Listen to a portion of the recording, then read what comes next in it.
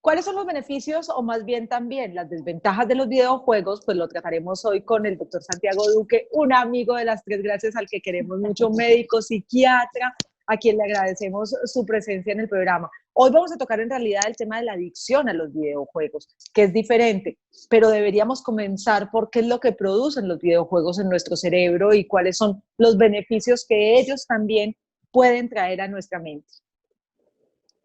Hola, ¿cómo están? Qué rico volver a estar por acá, me encanta la invitación y sí, pues yo siempre les digo a los pacientes adictos que yo a mi enemigo le tengo que reconocer lo bueno y es real, así como la marihuana puede tranquilizar, así como el cigarrillo puede tranquilizar, tengo que aceptar que los videojuegos, yo por ejemplo soy un promotor de videojuegos y no solo de videojuegos, sino de juegos de mesa, por ejemplo en los pacientes con algún grado de demencia, porque les sirve para hacer ciertas recuperar ciertos hábitos, contar, sí, exactamente, tener una ubicación espacial, por ejemplo, con el parqués y todo eso, y es muy importante. Los videojuegos, inclusive las herramientas como las tabletas, son súper importantes. Ya he visto un avance buenísimo con los pacientes con autismo, por ejemplo. O sea, no hay que clasificarlos per se como malos, pero el tema es en qué momento somos adictos. Y ahora, en esta época de cuarentena, de pandemia que estamos viviendo tanto en la casa, ¿cuándo decir si es o no disfuncional? Esa es una pregunta súper importante. Entonces, no sé si ustedes tienen alguna pregunta, si no sigo yo hablando acá. No, pues sí, entonces ahí va mi pregunta. O sea, ¿cómo saber o cuándo saber que son ellos los que gobiernan en uno y no uno en ellos? Ay, este tema a Sandra le cae perfecto porque es una de sus mayores preocupaciones como mamá.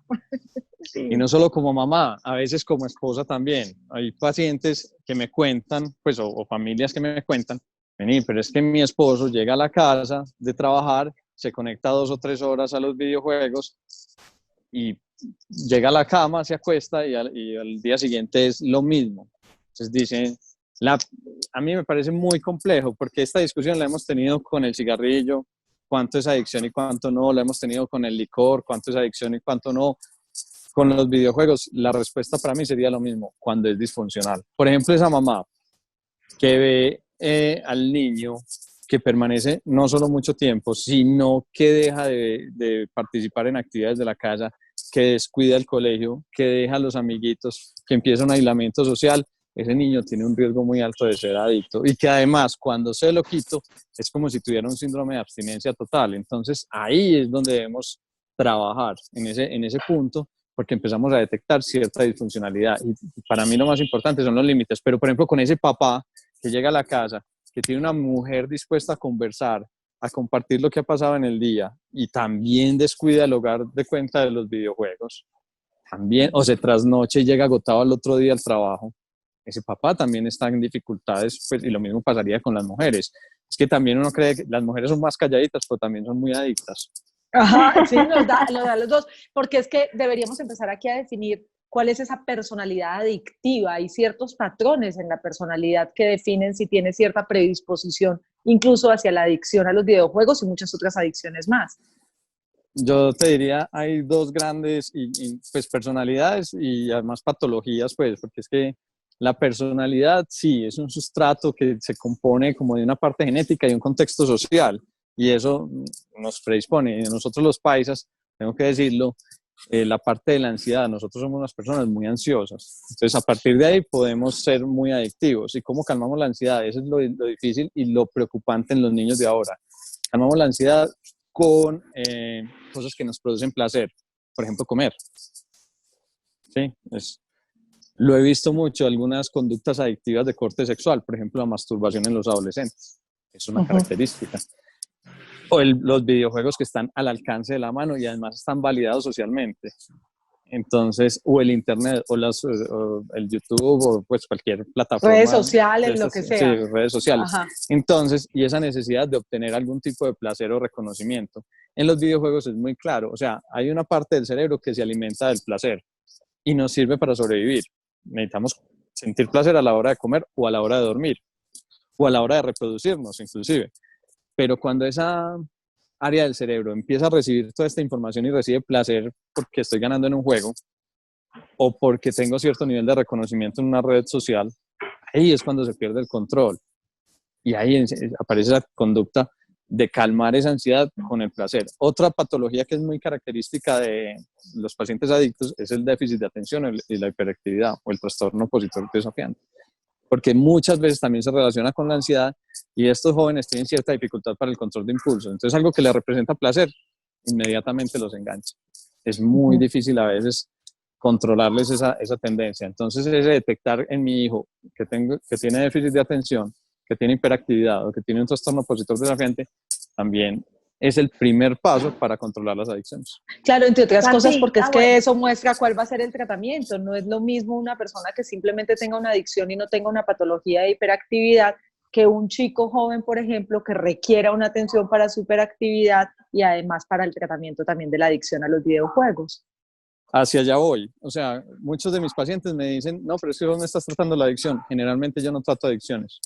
Yo trato el origen de la adicción. O sea, si yo tengo un trastorno de ansiedad y como y me vuelvo adicto al chocolate o adicto al azúcar o adicto a los carbohidratos, yo trato la ansiedad, que es lo que parte de base, y el mal manejo, lo que construí yo a través de mi historia, del mal manejo de esa ansiedad. Lo mismo pasa con el déficit de atención. Entonces uno le explica y es un poquito difícil hacer entender un poco a la familia que es que lo que estoy tratando es el déficit de atención o es la hiperactividad o es el trastorno opositor desafiante que lleva a ese consumo de esa sustancia para tranquilizarse, por así decirlo, o para controlar esos síntomas. Muchísimas personas están tomando energizantes, por ejemplo. Bueno, ahí nos vamos metiendo por un montón de áreas. Y esos energizantes, yo a mi enemigo le tengo que reconocer lo bueno. Me permite estar alerta. Y ese estar alerta en un paciente con déficit de atención le resuelve un problema. Claro. Entonces es muy interesante cuando uno empieza a abrir el panorama y le dice, no, pero es que yo vine aquí por la adicción. Sí, viniste por eso, pero lo que estamos detectando es qué hay detrás de la adicción.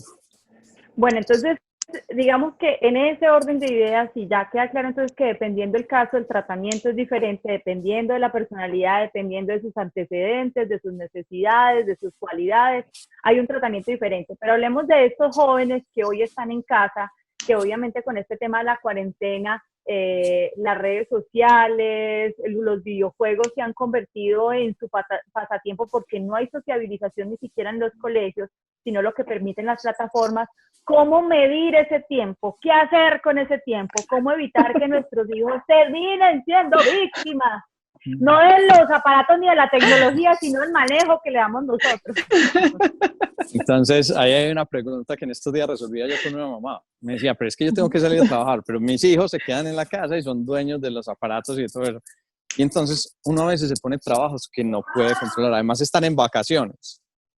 Entonces, yo le dije, honestamente, si él tiene una tendencia a ser adictivo en muchas cosas, inclusive ellos hacen mucho switch, ellos van cambiando de adicción. Entonces me decía, pues es que mi hijo si no está jugando en las pantallas, está comiendo.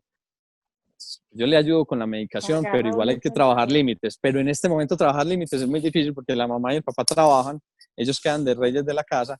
Entonces le dije, no te tensiones por eso, estás en vacaciones, está él en vacaciones y tú tienes que aceptar que él merece un tiempo de descanso y vamos a modular esa respuesta. Pero si uno se amarga llamándolos desde el trabajo, vení, ya dejaste de jugar, vení, ya hiciste las labores de la casa. Yo le dije, no te estreses por eso. ¿A qué horas vuelves de la calle? A las 6 de la tarde. Bueno, a las 6 ya no hay más videojuegos. Él se despierta a las 10, 11, va a almorzar, va a desayunar, ahí. Cita a una persona, por ejemplo, si tiene un profesor o si tiene alguien que le haga algún tipo de actividad física, cítalo antes de las 6, 4, 3 de la tarde. Ahí le vamos quitando tiempo a los videojuegos.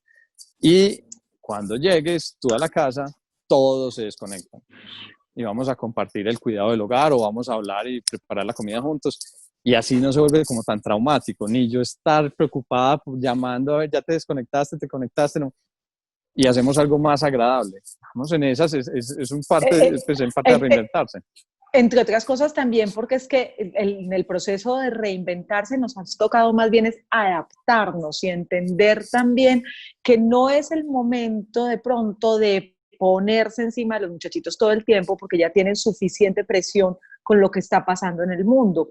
Incluso sé que como especialista, en este momento más que nunca debes estar tratando casos de ansiedad, se han elevado las tasas de suicidio, la gente va a terminar con unos TOC impresionantes, mejor dicho, tu consulta va a estar llena. Sí, Pero, es porque es real parte de y las es consecuencias impresionante. de lo que está pasando en este momento en el mundo. Entonces también creo que el tratamiento no solamente debe ser para nuestros hijos en cuanto a los videojuegos, también es para nosotros como papá en enseñarnos que también hay veces bajarle un poquito la guardia y no tirarle todo a eso, o que nosotros también somos adictos y resulta que le decimos no sea adicto al videojuego y somos nosotros todo el día en el celular. Entonces hay veces es como tratar de primero mirarse, poner límites que sean acorde con el momento con el que estamos viviendo y saber que hay un tiempo para cada cosa, ¿o no, Santi? Muchas Así veces, es.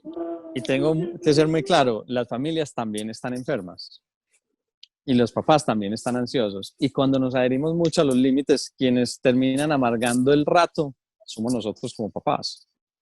Entonces, exactamente, hay que buscar unas estrategias y como les decía, genéticamente, si mi hijo es ansioso, yo puedo transmitir esto por dos vías principalmente, o por copiado a través de la psicología, que él me mira y aprende, o por genética, tal cual pues como le mandé el código genético para que los ojos sean de una forma, o la boca sea de otra forma, o la risa sea de una forma.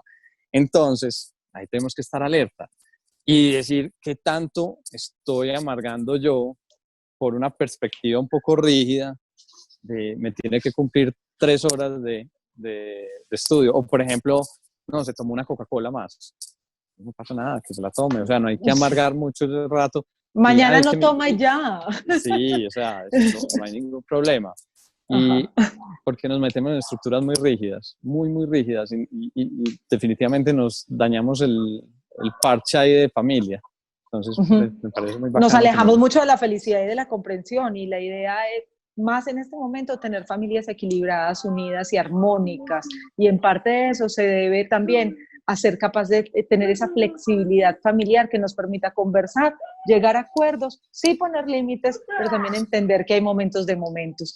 Doctor, me suena tan gracioso Doctor. decirte así. Doctor Santiago, me hace el favor y me saluda a su señora esposa, a doña Claro, claro que Marcela. sí. Los Yo queremos le mucho y de cuento. verdad te agradecemos infinitamente el que siempre tengas esa deferencia con nosotros y nos abras espacio. Mil gracias Pues, por la invitación y yo quedo súper pendiente. ajá, Santi, Sandrita, me encantó saludarte. Yo tengo aquí a un Vicente que ya está sí, como cosa rara Sí. haciendo show cada que termine una entrevista. ¿Qué voy a hacer pues yo con este teletrabajo? acuérdese, flexibilidad, límite al raya sí y relájese. Feliz Sí, sí. tarde, gracias Un de verdad por abrazo. acompañarnos, un Que abrazo. estén Chao, bien. Vamos a seguir. gracias.